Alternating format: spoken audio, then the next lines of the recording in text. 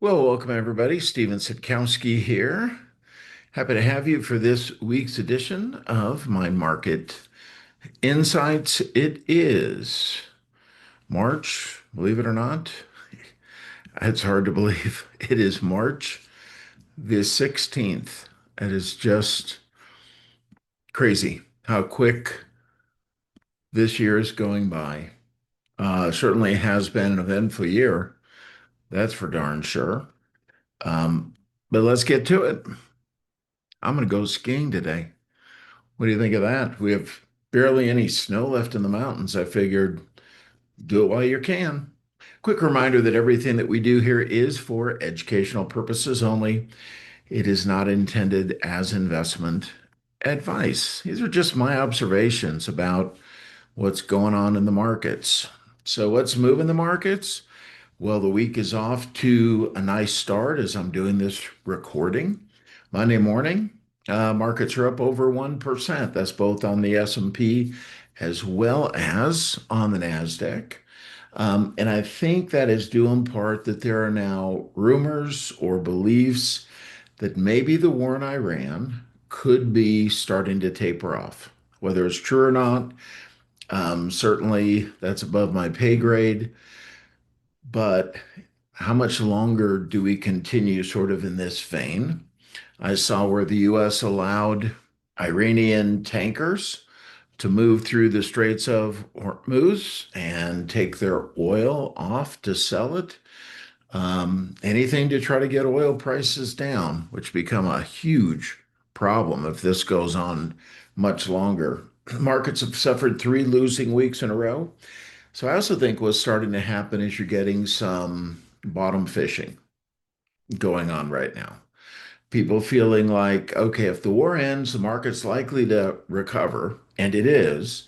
Let's get in while the getting is good. And I think there's some of that going on now. Meta may lay off 20% of its workforce so that it can continue its investment in AI. So I think you're going to see more and more of that moving forward. They talk about the disruption of AI. Um, the impact of all of that is just beginning. So you're going to see AI displace workers. It'll also create jobs. It'll create efficiencies.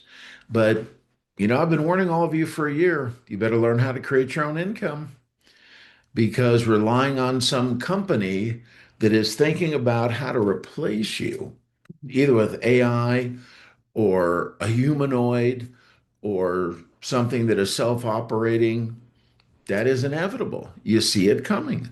So I think learning how to trade options would be a pretty smart place to start. 10-year Treasury, relatively stable. I mean, it's creeped up some. It's down a little bit on the day. So we're at 4.224. Why have interest rates gone up? Because higher oil prices are inflationary. That's a real easy set of dots to connect. Oil prices were up on Sunday above $100 a barrel, and now they've come back down below 95, at least temporarily. So this is all news driven. This is all going to be based on what is going on in the Straits of Hormuz and whether or not we can get oil back out into the world. It has disrupted 20% of the world's oil supply. That's a big deal. Today's heat map is gloriously green. Look at that.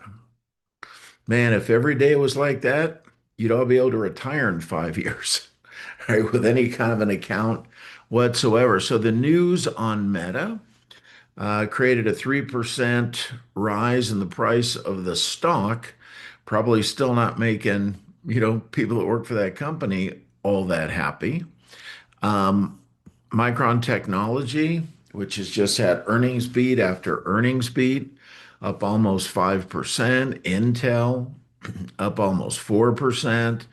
And just across the board, you can see how nice this looks. But I mean, that's just a day. If we looked out a week, including the bump that we're experiencing today, it's a very different picture with a whole lot of red. And if we go year to date, it's kind of a mixed bag. The defensive stocks on the right-hand side are green. There's a couple little pockets on the left-hand side that are green, but the rest of it is red. So just to keep a little perspective, because people tend to become either too giddy on a good day or too depressed on a down day. Market breadth from last week. Yeah, this wasn't good. Look at the advancers versus the decliners. On the New York Stock Exchange, similarly percentage wise on the NASDAQ. And new highs versus new lows, far more new lows. So all of that for the moment is bearish. Now, does that mean that we're going to be in a bearish market for a long period of time? Only if this war continues, but I don't see that happening. This is a petroleum tree, and the point of this is so many things are made with petroleum products. The average person thinks, oh, oil prices are up, so gas prices are up. Yeah, but think about how many products are created using petroleum. Think about the fact that virtually everything gets shipped. So those costs are going to get passed along to guess who? The consumer, right? So again, if this war continues to extend and oil prices continue to be high, it is going to create a significant ripple effect in the economy. Well, just to give you a little perspective, so here's where we are, right? Right here with oil prices. We've been here before, right? If we just kind of draw a line across, there have been all kind of places where it's been way worse than this. Not that I'm happy about what's going on, but I just want all of you to remember we've had bigger problems than this when it comes to oil prices. So, one of the debates going on, okay, higher oil prices, but then we've got the tax breaks coming from the one beautiful bill. And where is the break even? So, according to Bloomberg, they got it at $83 a barrel. So, at $80 a barrel, it's actually a net positive for the average consumer. We go, above $83, it's a net negative. At 110 bucks, it's going to cost on average an extra $2,000 a year to live. So again, let's just hope we get these oil prices back under control, and I really think we will over the next couple of months. I'd be surprised if oil's not like in the 70s. Markets definitely appear to be oversold by basically any metrics. I mean, we're way down here. And the thing that I've learned is that everything runs in cycles, goes up for a while, down for a while. You get overbought, you get oversold, and the markets always return to their mean. So, sector performance year to date. So, here's where we're at. I know it feels worse than this, but the S&P is only down 1.87%. Energy is way up, consumer staples and utilities up double digit, materials and industrials and REITs having a good year.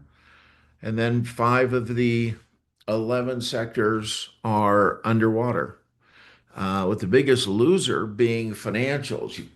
There's all of this news about private credit and their impact on some of the big banks. And yeah, it's definitely an issue. And I don't know if there's a short-term resolution to that. Chances of a Fed cut, well, with higher oil prices and inflation going potentially higher, chance of a rate cut go down. So we've pushed what was the forecast for two rate cuts this year to one rate cut. And we moved the first rate cut from June all the way out to December. And not another rate cut until December of 27. So it is a very different picture than what we were looking at, and the market feeds off of lower interest rates. Now, does all this change if we get oil prices down? Indubitably. Let's take a look at the charts. So this is the S&P 500. I have drawn for you the two key levels. What were support and resistance? Resistance has been maintained at around 7,000. We certainly haven't pierced that. Support was 6,800. We are now at 6705. So we got a ways to go to get back into this range, and that's the point at which I know for me I'll start feeling a little more comfortable about things.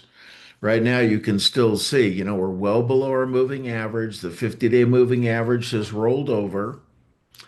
The MACD is still red. RSI bounced a little bit, and OBV has bounced a little bit. So, we're up on the day. And at this point, we go day by day and we listen to the news. And very candidly, that's all we got, my friends. So I hope you have a splendid day. I'm going to go pick up some friends. I'm going to go do a little skiing. I hope your day is that adventurous. So until next time, have a fantastic week. And I look forward to the next time we're together. Till then, be safe, be blessed. Bye for now.